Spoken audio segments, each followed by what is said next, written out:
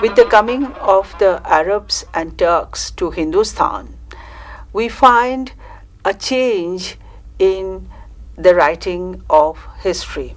Actually, history writing in its proper sense began in the time of the Turks who came to rule over this country, and also it came along with the Arabs. This is because Islam itself had been a historical event. There had been two trends in the writing of history. One is called the Arabic style of writing history. This had also come down to our country. And the other was the Turkish or the Turkish style of writing. Historian K.A. Nizami, who is a very famous medievalist, he tells us that the Arabs had been accustomed to writing genealogies, which they called qasidas, in praise of their gods and goddesses. That was in the pre-Islamic days. Later on, this tradition continued. It did not disappear.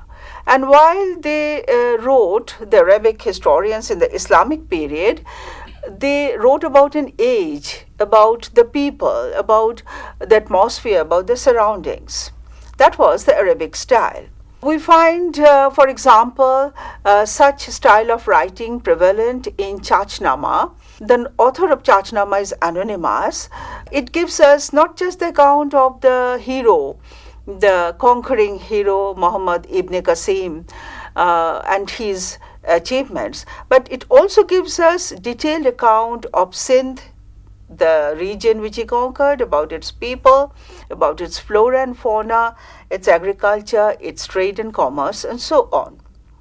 But the Turks, who were neo-converts, they were influenced by the Persian culture. They were responsible for the conquest of Persia and the conversion of Persia to Islam. And in the process, they got kind of converted into Persian culture. And part of that Persian culture was writing in the Persian language and adopting the Persian style of history writing.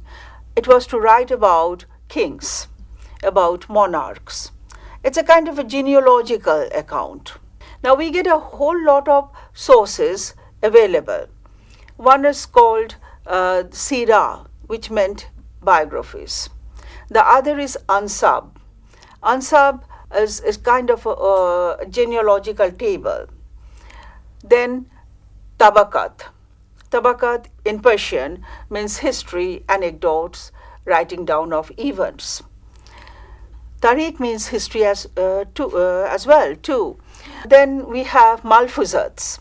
Very interestingly, Malfuzats were in the form of conversations, explanation of Sufi ideas, Sufi doctrines between Sufi teacher, the Murshid, and the Sufi disciples, Murid.